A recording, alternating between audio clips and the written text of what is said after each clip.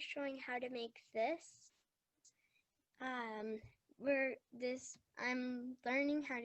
gonna be learning how to do like lists. And with the lists, you can make this like a flower.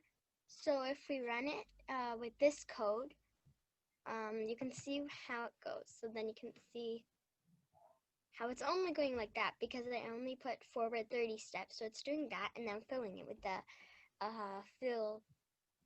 And then if I say though, Tina dot right 60 degrees, then I'll make the flower because it has to turn every 30 steps when it already makes